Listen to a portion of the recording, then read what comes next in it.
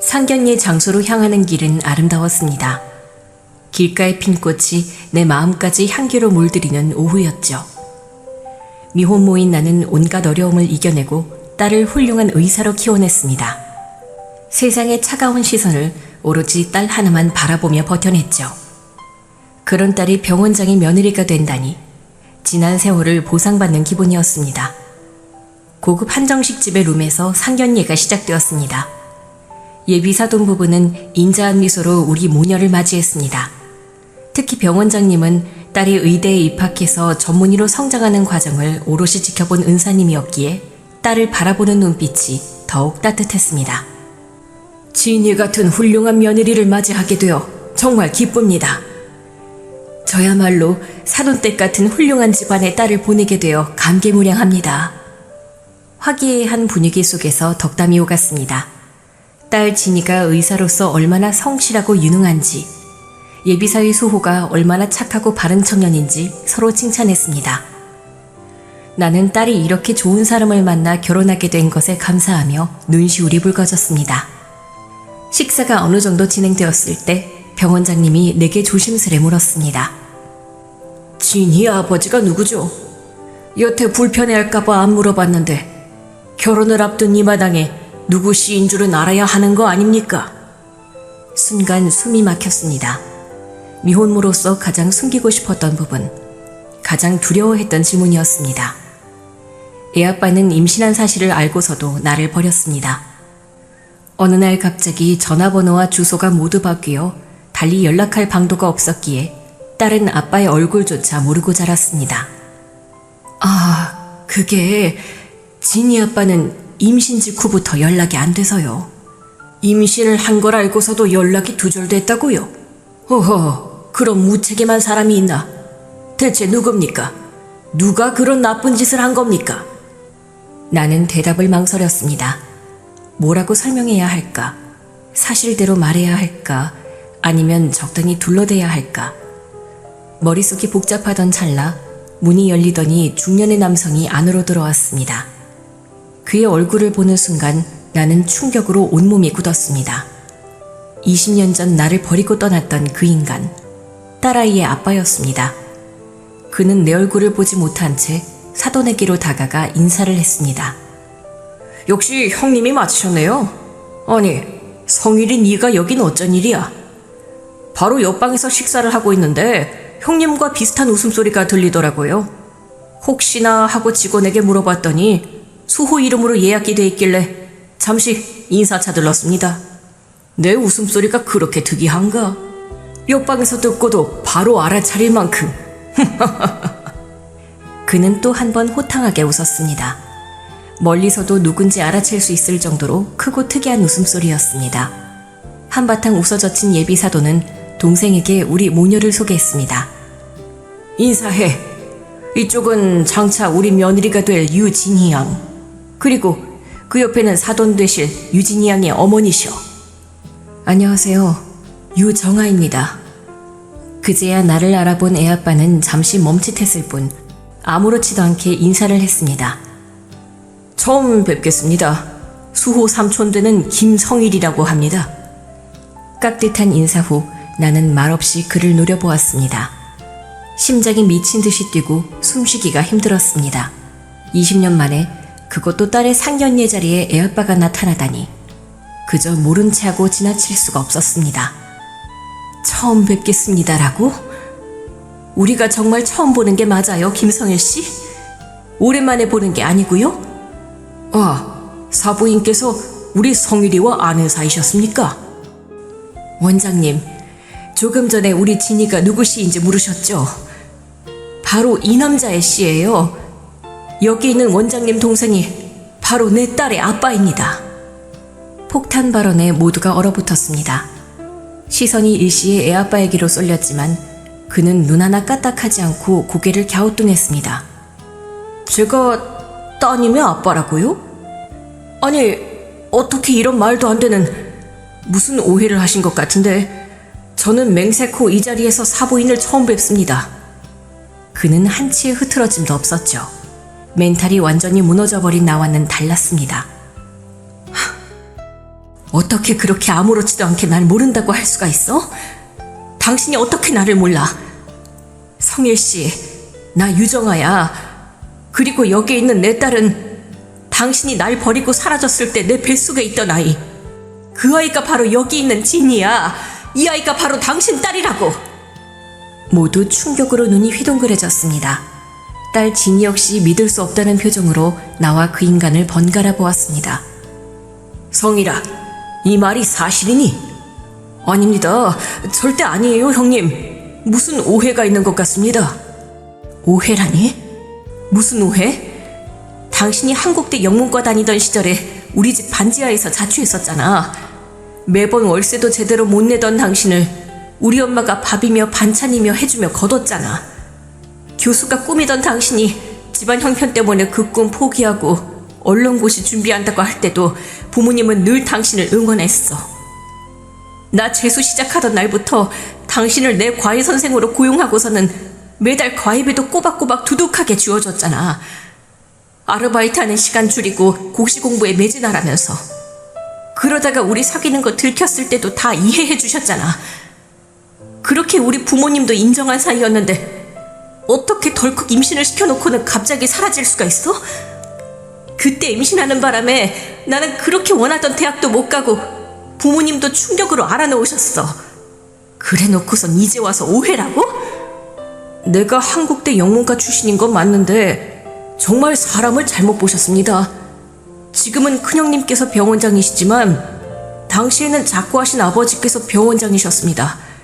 그런 내가 뭐가 모자라서 반지하에서 자취를 하겠습니까? 아마 사부인 되실 분께서 나와 이름도 얼굴도 비슷한 누군가와 단단히 오해를 하신 것 같습니다. 그 인간이 하도 뻔뻔하게 나오자 모두 날 이상하게 보기 시작했습니다. 내 딸 진이까지도요. 죄송합니다. 제가 엄마를 대신해 사과드릴게요. 엄마가 원래 이런 분이 아닌데 제 아빠와 비슷하게 생긴 분을 보고 갑자기 이성을 잃으신 것 같습니다. 내가 이성을 잃긴 왜 잃어? 나 멀쩡해. 지금 무척 이성적이라고. 그리고 네가 왜 죄송해? 죄송하다고 사죄해야 할 사람은 김성일 저 인간이야. 그만해 엄마. 대체 오늘따라 왜 이래? 아버님, 어머님, 그리고 수호씨, 아무래도 상견례 자리는 여기서 마무리해야 할 것 같습니다. 죄송합니다. 그리고는 딸이 나를 일으켜 세웠어요. 엄마, 어서 가자. 나는 이대로 자리를 뜰 수 없었습니다. 20년 만에 찾아낸 애아빠를 바로 눈앞에 두고 그냥 갈 수는 없었습니다. 더군다나 그가 절대 아니라고 잡아떼는데 이대로 그냥 가버리면 앞으로는 영영 확인할 기회가 없을 것 같았습니다. 유전자 검사해. 나의 제안에 그 인간은 코웃음을 쳤습니다. 유전자 검사 같은 걸 내가 왜 해야 됩니까? 왜 못해? 김성일 씨, 당신이 정말 이 아이 아빠가 아니라면 당당하게 유전자 검사를 하면 되잖아. 안 하겠다고 분명히 말했습니다. 갑자기 무슨 딸이 튀어나오질 않나. 유전자 검사를 하자고 하질 않나. 웬 미친 여자가 달려들어서는 완전 재수 똥 밟았네. 형님, 저는 이만 옆방으로 넘어가 보겠습니다. 일행이 기다리고 있어서요. 내 말을 무시하고 나가려는 애아빠를 사돈이 불러 세웠습니다. 성일아, 거기 잠깐 멈춰서 봐. 진이 어머니, 진이 아버지가 한국대 영문과 다니던 김성일이 확실합니까? 네, 확실해요. 한국대 영문과 90학번 복학생 김성일이요. 그렇다면 유전자 검사를 해봅시다. 네? 형님까지 왜 그러세요? 진이 아버지가 너하고 출신 대학, 학과, 학번 이름까지 갖다자니 누가 제 명의를 도용이라도 한 모양이죠, 형님. 그땐 대학이 전산화가 안 돼서 남의 학생증 복사해가지고 가짜 대학생 행세하는 사람이 얼마나 많았는데요. 그러니까 유전자 검사를 해서 네가 진이 아버지가 아니라는 걸 증명하라는 거야. 사돈께서 이렇게까지 확고하게 너를 애아빠라고 주장하는 데는 무슨 이유가 있지 않겠니? 유전자 검사를 해서 서로 오해를 풀어. 병원장의 눈빛은 단호했습니다. 애아빠도 큰형의 단호한 태도를 거스를 수 없었죠. 그는 마지못해 고개를 끄덕였습니다. 알겠습니다, 형님. 검사에 협조하도록 하겠습니다. 그 인간은 결국 유전자 검사에 동의했습니다. 그러면 수호 네가 막내 삼촌과 사돈의 머리카락을 뽑아서 유전자 검사를 의뢰해. 병원장의 말에 그 인간이 끼어들었습니다. 뭐하러 번거롭게. 형님, 그냥 당사자들끼리 알아서 하겠습니다. 내 말 들어. 너는 계속 아니라고 하고 사돈은 계속 맞다고 하는데 제3자가 검사를 의뢰해야 문제가 없지 않겠니? 그리고 만약에라도 사돈의 말대로 진이가 성일이 네 딸이라면 우리 수호와는 사촌지간 아니니 사촌끼리의 결혼은 허락할 수 없으니 이 유전자 검사는 우리에게도 중요한 사안이야. 그러니 수호니가 당장 여기서 머리카락을 뽑아서 공정하게 진행해. 병원장의 근엄한 말에 애아빠도 더 이상 토를 달지 않았습니다. 그렇게 상견례는 유전자 검사를 하는 걸로 마무리가 되었습니다. 꽃내음을 맡으며 이곳에 도착할 때만 해도 상상하지도 못한 결말이었죠. 딸 진이는 차를 타고 집에 도착할 때까지 아무 말도 하지 않았습니다. 극심한 충격과 혼란에 빠진 듯 나와는 한마디 말도 섞으려 하지 않았습니다. 갑작스레 아빠의 존재를 폭로하고 상견례 자리를 망쳤다는 이유에서였습니다. 나 역시 마음이 편치 않았습니다. 다른 사람들은 몰라도 나는 알고 있었습니다. 김성일 그 인간이 진이 아빠가 분명하다는 것을요. 그렇다면 진이는 남자친구와 헤어질 수밖에 없었습니다. 사촌끼리 결혼을 하도록 그냥 둘 수는 없으니까요. 얼마 후 유전자 검사 결과가 나왔다고 연락이 왔습니다. 나는 딸과 함께 약속 장소로 향했습니다. 검사 결과는 당연하게도 친자 관계가 맞는 것으로 나왔습니다. 내 말이 진실이었고 그 인간의 말은 모두 뻔뻔한 거짓이었습니다. 병원장은 분노에 차서 소리를 질렀고 예비사위 수호는 충격으로 말을 잇지 못했습니다. 딸 진희는 혼란과 슬픔에 잠겼죠. 긴 침묵 끝에 병원장님이 입을 열었습니다. 당장 이 결혼은 없던 일로 하겠습니다. 대신 진희가 우리 집안 사람인 걸 알게 됐으니 정식으로 호적에 올리는 걸 논의해 보겠습니다. 계속 엄마를 따라 유씨성을 쓰게 둘 수는 없으니까요. 그리고 성일이는 나를 따로 좀 보자. 그 인간이 큰형님을 따라 나가려는데 내 딸 진이가 입을 열었어요. 저는 김씨성으로 바꿀 생각이 없습니다. 지금껏 20년을 유씨성으로 살아왔어요. 사람들이 왜 엄마와 성이 같냐고 물어도 저는 늘 당당하게 말했어요. 엄마 핏줄인데 왜 엄마랑 성이 같으면 안 되냐고. 그랬던 제가 왜 이제 와서 이깟 유전자 검사지 한 장 때문에 유씨성을 버리고 김씨성이 되어야 한다는 건지 모르겠습니다. 아버님, 아니 원장님, 배려해 주시는 마음 잘 알지만 저는 지금처럼 어머니와 같은 유씨로 유진이로 살아가고 싶습니다. 딸이 내 손을 잡아 끌었습니다. 엄마, 가자. 우리 앞을 막아선 건 다름 아닌 수호였습니다. 딸이 대학교 1학년 때부터 10년간을 사귀어온 연인이자 내 사위가 될 뻔한 바로 그 청년이요. 못 가.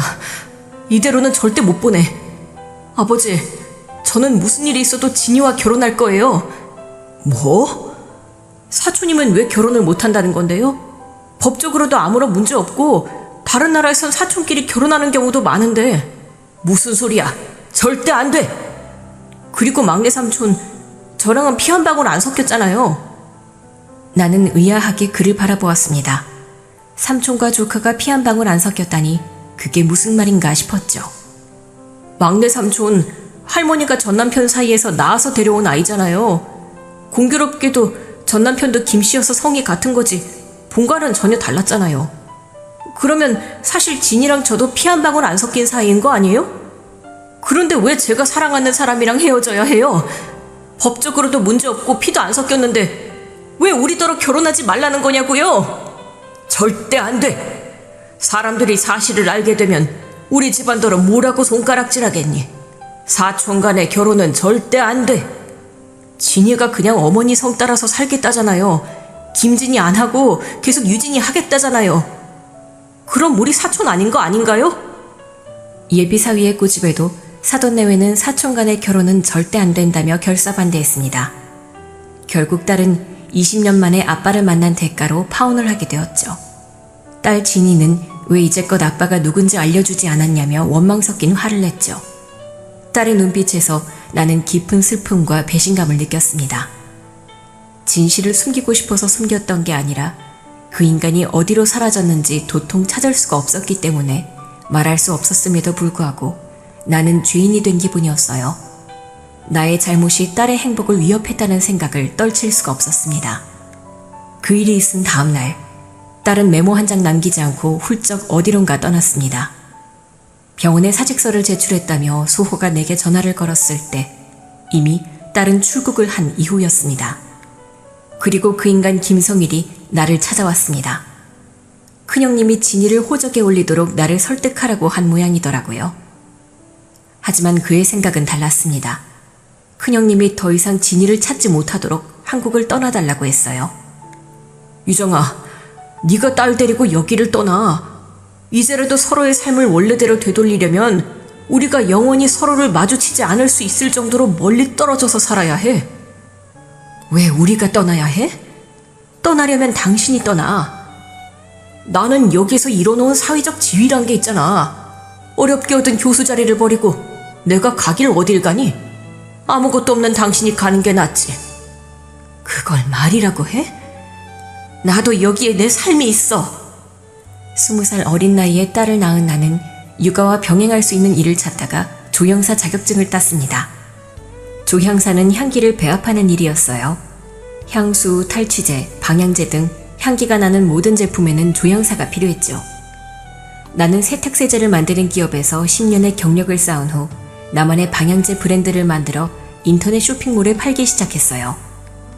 이제는 꽤 자리를 잡아 생활에도 여유가 생겼고 새로운 향수 제품도 출시할 계획이었습니다. 그런데 이 모든 걸 버리고 한국을 떠나라니 기가 찰 노릇이었습니다. 나는 안 떠나. 그렇다고 진이를 김씨 집안 호적에 올리지도 않을 거야. 더 할 말 없으면 가봐. 돌아서는 내게 애아빠가 매달렸습니다. 유정아, 아직도 내게 화가 나서 그러는 거지? 정말 미안하다. 제발 나를 용서해줘. 그 인간은 다짜고짜 변명을 늘어놓기 시작했습니다. 유정아, 그때는 정말 어쩔 수 없었어. 어머니께서 나를 미국으로 유학 보내셨어.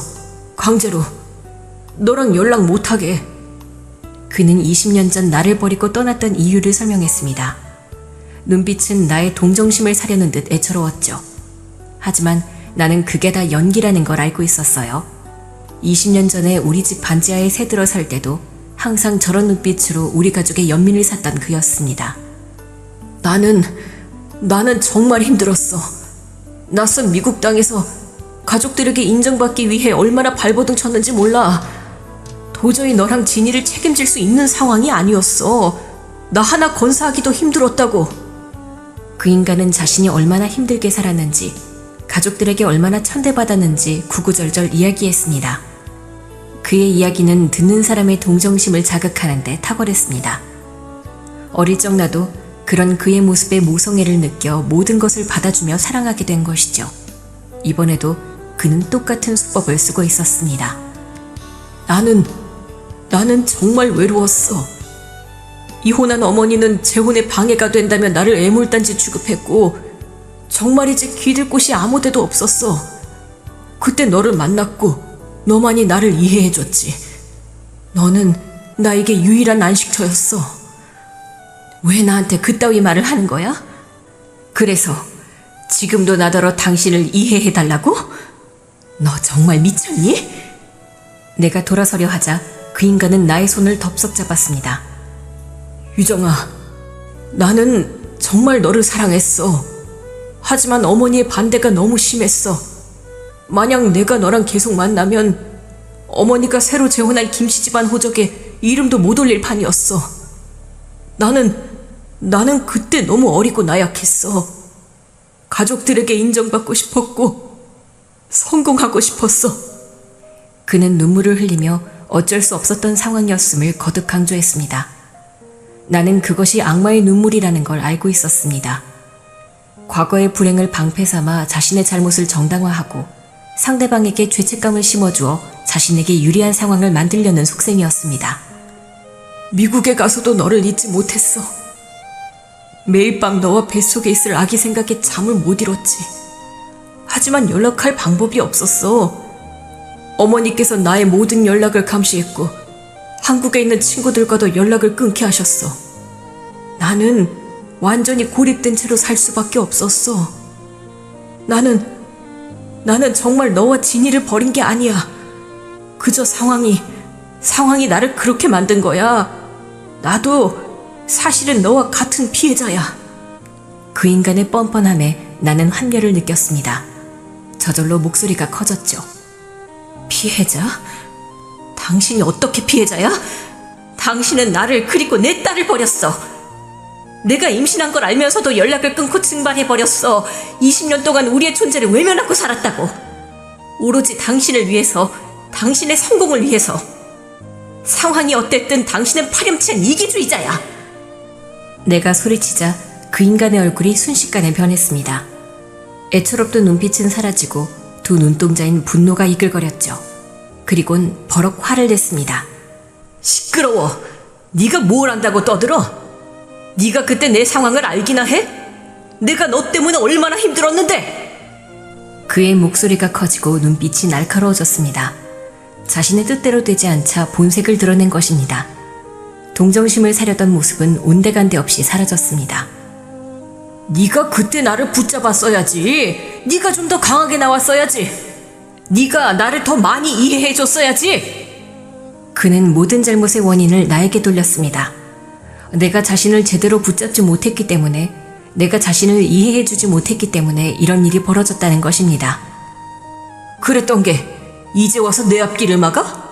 네가 어디서 감히 나를 망치려 들어? 대학도 못 나온 고졸 주제에 너 따위가 내 짝으로 어디 가당키나 해? 내가 왜 대학을 못 갔는데? 대학 합격 통지서 받은 날 진이 임신한 걸 알게 됐어.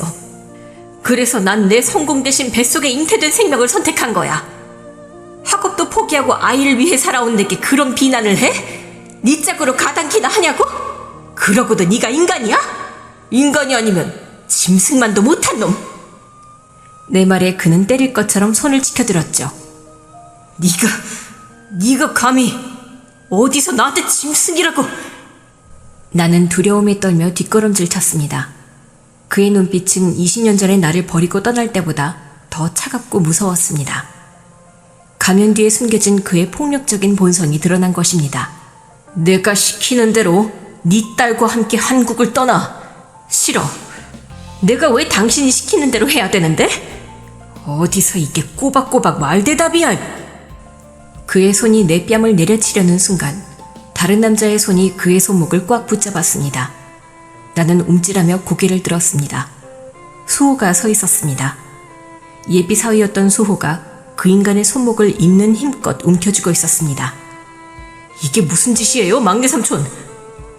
수호야, 나는 그런 게 아니라 대체 여긴 왜 오신 거예요? 진이를 김씨 가문 호족에 올리는 일 때문에 상의 좀 하러 온 거야. 상의를 한다면서 어머니는 왜 때리려고 한 건데요? 때리다니, 누가 누굴? 그건 완전 오해야. 나는 그냥 어깨에 벌레가 앉았길래 떼주려고 한 거야. 이 삼촌은 절대 누굴 때리거나 하는 사람이 아니야. 평화주의자라고. 그러니까 제발 이 손 좀 놔줄래? 수호는 그제야 그 인간의 손목을 놓아주었습니다. 어머니와 할 얘기가 있으니 삼촌은 그만 가보세요. 할 얘기는 나도 있어.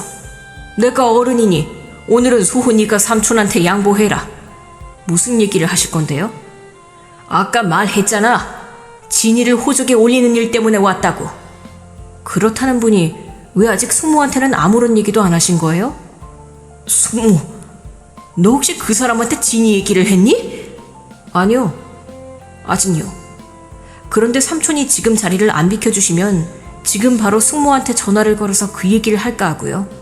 숙모에게 모르고 있던 딸이 생겼다고 하면 어떤 반응을 보이실지 궁금하네요. 알았어, 갈게. 지금 바로 갈 테니까 네 숙모한테는 절대 얘기하면 안 돼. 쉿. 부인 얘기가 나오자 그 인간은 오금을 저리며 내뺐습니다. 다음에 다시 오겠다는 말을 남기고서요. 어머니, 괜찮으세요? 삼촌이랑 무슨 얘기 하셨어요? 나더러 진이 데리고 한국을 뜨라고 하더라.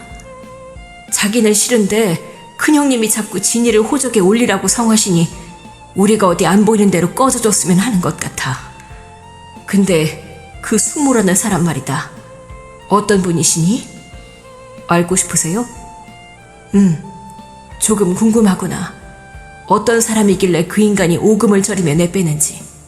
그러자 수호가 휴대폰으로 인터넷 기사를 검색해서 보여주었습니다. 어머니, 이거 보세요. 막내 삼촌이랑 숙모의 인터뷰가 실린 기사예요. 기사? 나는 수호가 내미는 휴대폰을 받아보았습니다.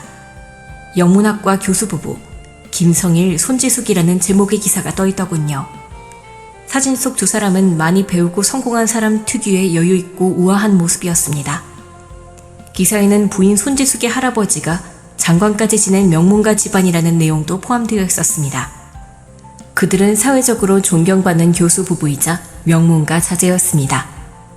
조향사로서 독자적인 방향제 브랜드를 론칭한 나 역시 나름의 성공을 했지만 그들의 집안과는 비교할 수 없었습니다. 그들은 나와는 완전히 다른 세상에 사는 사람들이었습니다. 기사를 읽던 나는 한 구절에 시선이 머물었습니다. 대학 시절 첫눈에 서로에게 반한 두 사람은 한국에서 약혼을 하고 함께 미국 유학을 떠났다? 소호야, 이 기사가 정말 사실이니? 네, 저도 그렇게 알고 있어요.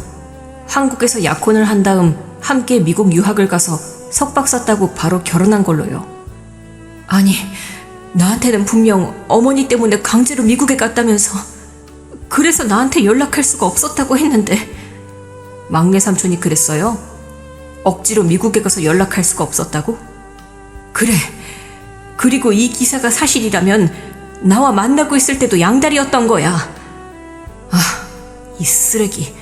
내 삼촌만 아니면 진짜 한 대 패주고 싶네요. 너희 할아버지와 할머니가 결혼한 건 1995년이 맞니? 너무 어릴 때라 정확하게는 모르겠지만 그 즈음일 거예요. 내가 임신하기 전부터 양다리를 걸치고 있다가 자기 엄마가 새아빠와 결혼을 하자마자 집안끼리 합의를 봐서 약혼을 했겠구나. 나는 그것도 모르고 혼자서 어떻게 된 인간이 입만 열면 거짓말이니? 한숨이 절로 나왔습니다. 기사를 더 보다간 속에 열불만 터질 것 같아 수호에게 휴대폰을 돌려주었습니다. 그런데 너는 무슨 할 말이 있어서 찾아온 거니? 어머니, 진이랑 저 허락해주세요. 무슨 말이야 그게? 제가 진이 찾아서 잘 설득해 볼 테니 어머니께서 우리 결혼 허락해달라고요. 안 된다. 왜요 어머니? 사실 막내 삼촌이랑 저 피 한 방울 안 섞였다는 거 어머니도 잘 아시잖아요. 네 할머니가 제가하면서 데려온 전남편 자식이 애아빠였으니 당연히 피는 안 섞였지. 그래도 안 돼. 대체 왜 안 된다고 하시는 거예요? 어머니도 우리 부모님처럼 사촌이라서 안 된다고 하시는 거예요? 피 안 섞인 사촌이 뭐가 그리 대수라고요? 사촌은 개뿔. 난 그냥 우리 진이가 김씨 집안에 들어가는 자체가 싫어. 그 집안 호적에 올리는 것도 싫고 너랑 결혼해서 그 인간을 집안 어른으로 모셔야 하는 건 더 싫고 여기서 더 엮이지 말고 각자 갈 길 가는 게 서로에게 더 좋다고 봐. 나는 진이가 막내 삼촌을 집안 어른으로 모시는 게 싫으시다고요? 그럼 막내 삼촌이 사라지면 되겠네요. 그게 무슨 말이니? 수호는 별 대답 없이 자리를 떠났습니다. 막내 삼촌이 사라지면 된다는 말의 뜻이 무엇이었는지는 다음날 저녁에 알 수 있었습니다. 수호의 막내 숙모이자 그 인간의 부인이 나를 찾아왔거든요. 부인은 기사에서 봤던 모습 그대로 우아하고 세련됐더군요. 가게로 들어온 그녀는 방향제를 고르는 척하다가 내게 차갑게 인사했습니다. 유정아 씨 되시죠? 네, 그런데요? 누구신지... 저는 김성일 씨 부인 되는 사람입니다. 드릴 말씀이 있어서 찾아왔어요. 바람을 피운 것도 죄를 지은 것도 아닌데 가슴이 철렁 내려앉았습니다. 나는 허브티로 손님을 대접하고는 가게 문을 닫았습니다. 아무래도 빨리 끝날 얘기가 아닐 거라는 느낌이 들었거든요. 행여나 얘기 중에 손님이 오기라도 하면 곤란할 것 같았습니다. 하실 말씀이란 게 뭔가요? 어젯밤에 수호가 술에 취해서 저를 찾아왔어요. 상견례에서 있었던 일, 그리고 진이가 김성일 씨 딸이라는 사실까지 모두 이야기했습니다. 그녀의 얼굴에는 당혹감과 분노가 서려 있었습니다. 하지만 배운 사람답게 감정을 숨기고 애써 차분하게 말했죠. 본론부터 말씀드리겠습니다. 진이를 제 딸로 호적에 올리는 일은 절대 없을 겁니다. 저희 부부의 명예와 사회적 이미지를 위해서라도 그런 일은 있을 수 없습니다. 나는 그녀의 말에 코웃음을 쳤습니다. 그 말씀 하러 오셨으면 헛걸음 하셨네요. 그게 무슨 말이죠? 나도 내 딸을 그쪽 호적에 올릴 생각은 추호도 없으니까요. 지난 20년 동안 아빠 없이 잘 자랐고 앞으로도 그럴 겁니다. 그때도 지금도 그리고 먼 미래에도 내 딸은 나와 같은 유시성을 쓸 거고요. 나의 단호한 대답에 그녀는 잠시 놀란 듯 했습니다. 모르긴 몰라도 내가 딸을 호적에 올리거나 그들의 삶에 끼어들 것이라고 생각한 덕분이겠죠. 따님이 계속 유시성으로 살아간다니 다행이군요. 하지만 어찌되었든 따님의 존재가 외부에 알려지는 것은 곤란합니다. 그래서 드리는 말씀인데 따님이 미국으로 유학을 하면 어떨까요? 미국 의사 면허를 딸 때까지 비용은 전적으로 저희 쪽에서 부담하겠습니다. 단 어머니도 함께 미국에 가시는 조건으로요. 지금 우리 모녀더러 한국에서 꺼져달라는 말씀이세요? 최대한 서로가 멀리 떨어져 사는 게 좋을 거란 말씀을 드리는 겁니다. 어떻게 지 남편이랑 똑같은 말을 하냐? 뭐라고요? 싫습니다. 우리가 싫으면 당신들이 떠나세요. 이미 미국에서 유학도 했고 또 영문학과 교수고 보니까 설라설라 미국말도 잘하시겠네. 미국 의사 면허를 딸 때까지 전폭적인 지원을 해드리겠다니까요. 이건 진희 양에게 다시 없는 기회일 수도 있어요. 잘 생각해보세요. 진희 양 지금 병원에 사표 던지고 사라졌다면서요. 그건 또 어떻게... 수호가 다 말했어요. 진희 양이 이 일 때문에 사라졌는데 어떻게 할 거냐고. 사라진 거 아니고 여행 간 거예요. 그리고 곧 돌아올 거고요. 우리 진이가 지 엄마를 두고 어디 멀리 떠날 애가 아니에요. 평생 우리 둘이 의지하고 살아와서. 그러니까요. 뭐가 그러니까예요? 그러니까 평생 엄마와 둘이 의지하고 살아온 진희 양이 왜 갑자기 말도 없이 아니, 여행을 떠났을까요? 바로 이곳을 떠나고 싶다는 방증 아닐까요? 생각해 보세요. 여행을 갔다는 것 자체가 자기를 버린 아빠도 없고 집안 문제로 꼬여버린 남자친구도 없는 그런 곳에서 자유롭게 살고 싶다는 의미잖아요. 어머니? 내가 왜 그쪽 어머니예요? 따님을 생각해서 현명한 결정하시길 바랄게요. 진희 양은 이 모든 걸 잊을 수 있는 먼 곳으로 떠나길 바랄 겁니다. 일주일의 기한을 드리겠습니다. 그 사이에 마음이 바뀌시면 여기 명함에 적힌 번호로 연락주세요. 그녀는 명함을 테이블 위에 올려놓고는 자리를 떠났습니다. 향긋하게 우려낸 허브티는 입에도 대지 않은 채였죠. 나는 멍하니 자리에 앉아 허브티를 마셨습니다. 그녀의 마지막 말이 자꾸만 머릿속을 맴돌았어요. 우리 딸은 정말 모든 걸 잊을 수 있는 먼 곳으로 떠나길 바라는 걸까? 그렇다면 내가 함께 해야 하지 않을까? 그런 생각이 들었습니다. 일주일은 쏜살같이 지나갔습니다. 나는 슬슬 딸아이가 걱정되기 시작했습니다. 그저 잠시 여행을 떠났다기에는 다소 긴 시간이었기에 혹시 안 좋은 일이라도 생긴 건 아닌지 걱정이 몰려왔죠. 언제쯤 딸아이가 돌아오려나 기다리던 저녁 무렵이었습니다. 기다리던 사람은 오지 않고 반갑지 않은 손님이 찾아왔습니다. 그 인간이 돈뭉치와 서류 몇 장을 들고 왔습니다. 유정아, 얘기 좀 하자. 왜 또 왔어? 와이프가 다녀갔었지? 알면서 왜 물어봐? 와이프가 일주일 기한을 줬다는데 아무런 답이 없다면서 이걸 받아오라더라고. 애아빠가 서류를 내게 건넸습니다. 서류의 최상단에는 비밀 유지 각서란 글씨가 큼지막하게 박혀 있었죠. 비밀 유지 각서? 유정아, 네가 진이랑 관련된 비밀을 외부에 발설하지 않겠다는 각서야. 진이가 너한테는 비밀이었니?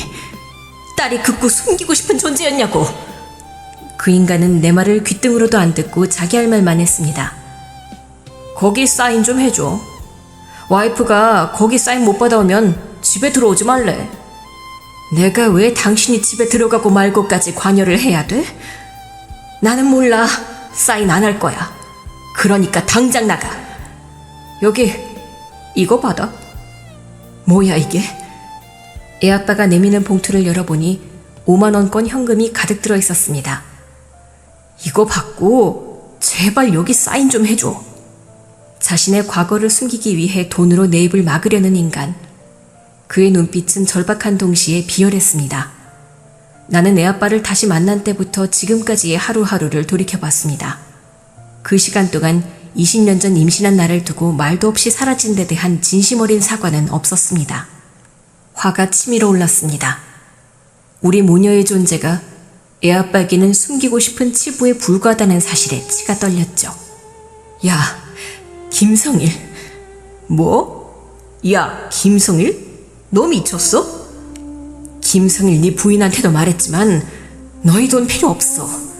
그리고 내 딸의 존재는 이따위 돈으로 거래할 수 있는 게 아니야. 알겠어? 제발 유정아, 부탁이야. 이렇게 빌게. 나 이 서류에 사인 못 받아가면 집에서도 쫓겨나고 교수 자리에서도 잘릴지도 몰라. 우리 장인어른이 지금 내가 있는 대학 재단 이사장이시거든? 장인어른이 나한테 30이나 된 딸이 있다는 걸 알아봐. 나 진짜 모가지야. 이 모가지는 네가 챙겨. 왜 나한테 와서 난리야? 그 인간은 또다시 나에게 매달리며 자신의 처지를 호소했습니다. 어쩌면 인간이 이렇게 한결같이 못난 걸까요? 한때 이런 인간을 사랑했던 내 자신에게 화가 날 정도였습니다. 나는 절대 여기에 사인 못하니까 이거 가지고 당장 나가. 나는 돈 봉투를 그 인간의 가슴팍에 밀어 넣었습니다. 그러자 그 인간은 다시 내 손에 돈 봉투를 쥐어주었죠. 그러길 수차례 내 손에 쥐어진 돈 봉투를 다시 그 인간에게 건네려는데 딸이 들어왔습니다. 엄마, 지금 뭐 하는 거야? 오해하기 딱 좋은 상황이었습니다. 내 손에 돈 봉투가 들려 있었으니까요. 그 돈은 또 뭐고? 딸은 테이블 위에 놓인 비밀 유지 각서를 들어보았습니다. 비밀 유지 각서? 여기 사인하는 대가로 돈을 받은 거야, 엄마? 아니야, 진이야. 그게 아니라. 딸의 오해를 풀려고 다가가는데 애아빠가 사이에 끼어들었습니다. 맞아, 바로 그거야. 돈이란 게 말이다. 복잡한 상황을 해결하기엔 가장 쉬운 방법이잖니? 아니야, 진이야. 이 인간 말 믿지 마. 진이야, 여기 비밀 유지 각서에 사인한 후에 엄마와 함께 미국으로 가. 가서 미국 의사 면허 딸 때까지 이 아빠가 모든 비용을 지원하마. 안 간다고 했잖아. 돈이고 뭐고 다 필요 없으니까 어서 여기서 나가. 당신이 뭔데 간다 만다 결정을 해? 나는 지금 진이의 의사를 묻고 있는 거잖아. 그러니까 당신은 좀 빠져. 진이야, 아빠가 너한테 부족함 없이 다 해줄게. 지금까지 엄마랑 둘이서 힘들었잖아. 이제 이 아빠가 그거 다 만회하고 싶은데 제발 이 아빠에게 기회를 주겠니? 복잡한 상황 속에서 딸 진희는 괴로워하는 듯 했습니다.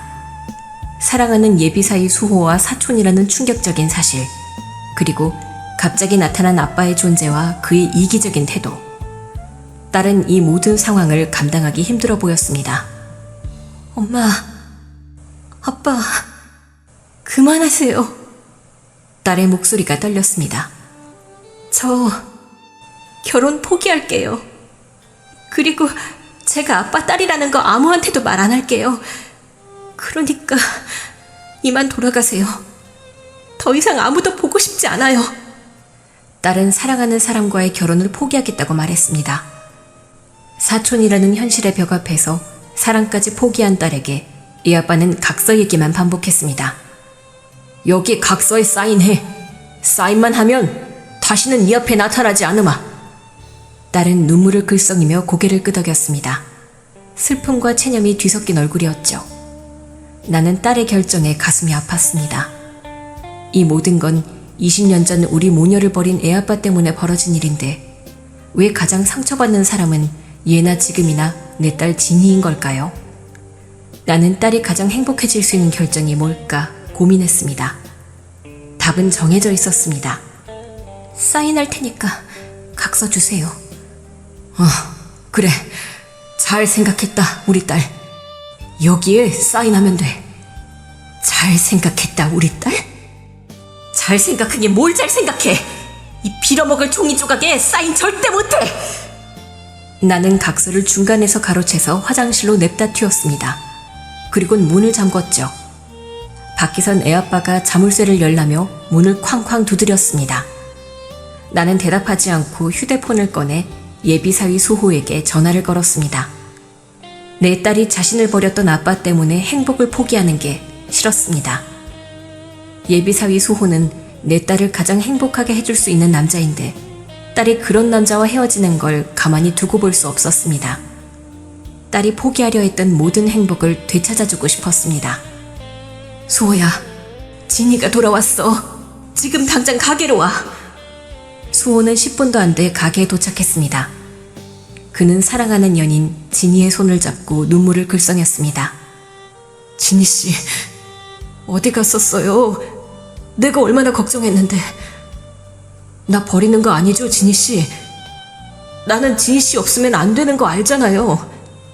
수호씨, 이제 우리 그만해요. 우리는 사촌이잖아요. 누가 사촌이래요? 피 한 방울 안 섞인 사람들끼리. 예상치 못한 일에 흔들릴 수 있어요. 우리 사랑에 대한 확신에 금이 갈 수도 있어요. 하지만 그건 모두 잠시예요.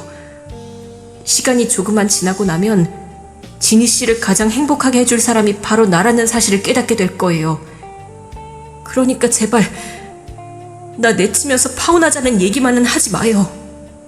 예비사위 수호는 딸에게 매달리며 결혼을 간청했습니다. 그의 눈빛에는 진심 어린 사랑과 간절함이 가득했습니다. 하지만 딸은 여전히 망설이고 있었습니다. 나는 딸의 망설임을 끝내주고 싶었습니다. 나는 이 결혼 찬성이다. 나의 말에 모두가 놀랐습니다. 가장 놀란 사람은 애아빠였습니다. 너 지금 무슨 소리를 하는 거야? 이 두 사람의 결혼이라니 절대 안 돼. 왜 안 돼? 어릴 적 버린 딸을 같은 집안 사람으로 받아들이려니. 왜? 쫄려? 쫄리다니 무슨 그런 말을. 그럼 대체 왜 안 되는데? 이 결혼을 막아야 네 과거를 숨길 수 있으니까 그러는 거 아니야? 진이야, 너는 내 딸이야. 그러니까 아빠 말 듣고 수호랑 결혼하지 마. 너 진짜 나랑 한 집안에서 명절마다 얼굴 보면서 살 자신 있어? 진이야, 저런 헛소리에 일일이 대답할 필요 없어. 야, 김성일, 네가 진이랑 한 집안에서 명절마다 얼굴 볼 자신 없어서 그러는 거잖아.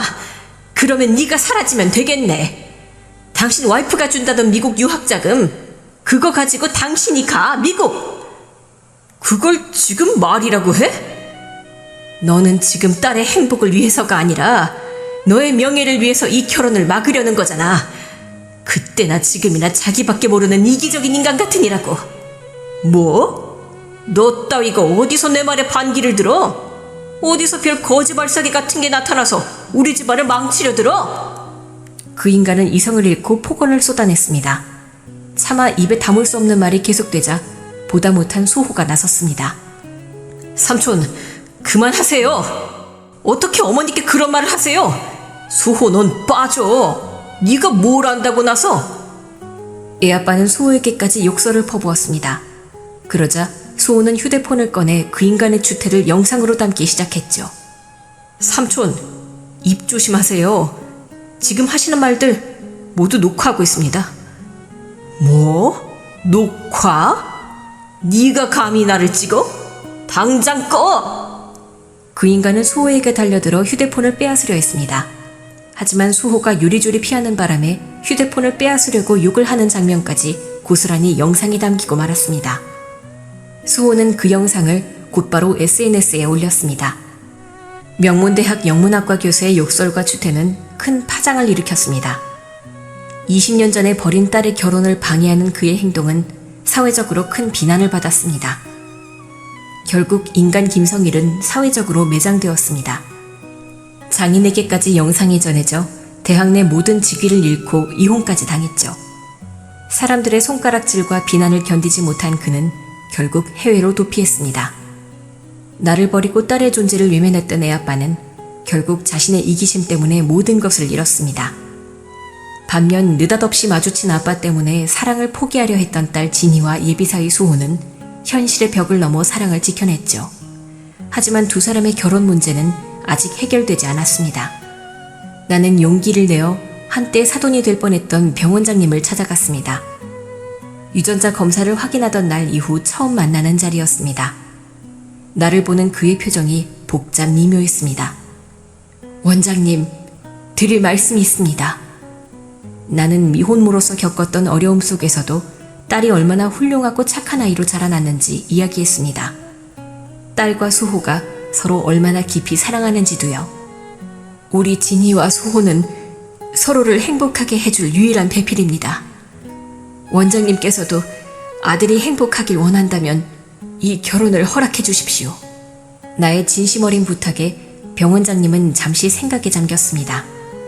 수호에게서 그간 있었던 이야기를 모두 전해 들었습니다. 피 한 방울 섞이지 않은 동생이지만 그래도 제 형제의 잘못을 대신 사과드립니다. 그리고 홀몸으로 딸을 훌륭하게 키우신 사돈께 존경과 감사의 마음을 전합니다. 진심 어린 사과와 감사에 코끝이 찡해졌습니다. 저한테 잘못한 사람은 따로 있는데 이리 사과를 해주시니 몸둘 바를 모르겠네요. 그런데 원장님, 방금 저한테 사돈이라고 하신 것 같은데 제대로 들은 거 맞죠? 네, 사돈. 그러면 두 사람의 결혼을 허락하겠습니다. 집사람을 설득하는데 시간이 좀 걸릴 것 같긴 하지만 아내도 워낙 진이를 좋아해서 결국엔 마음을 돌릴 겁니다. 제가 철없고 책임감 없는 제 막내 동생을 대신해서 진이를 딸처럼 아끼며 보살피겠습니다. 눈에 넣어도 안 아플 사랑스러운 딸을 저희 집에 보내주셔서 감사합니다. 병원장님이 마침내 딸과 수호의 결혼을 허락했습니다. 상견례의 파국 이후 우리는 서로의 아픔과 진심을 이해하며 진정한 가족이 되어 갔습니다. 드디어 딸 진희의 결혼식 날이 밝았습니다. 아빠가 없는 딸을 위해 수호는 신랑 신부가 함께 입장을 하자고 제안했습니다. 나는 사위의 손을 잡고 입장하는 딸을 보며 눈물을 흘렸습니다. 미혼모로서 온갖 어려움을 이겨내고 딸을 훌륭하게 키워낸 나의 삶이 보상받는 순간이었습니다. 20년 전 나를 버리고 떠났던 그 인간은 모든 것을 잃었지만 나는 딸의 행복과 새로운 가족을 얻었습니다. 나의 삶은 이제 슬픔이 아닌 사랑과 행복으로 가득 채워질 것입니다.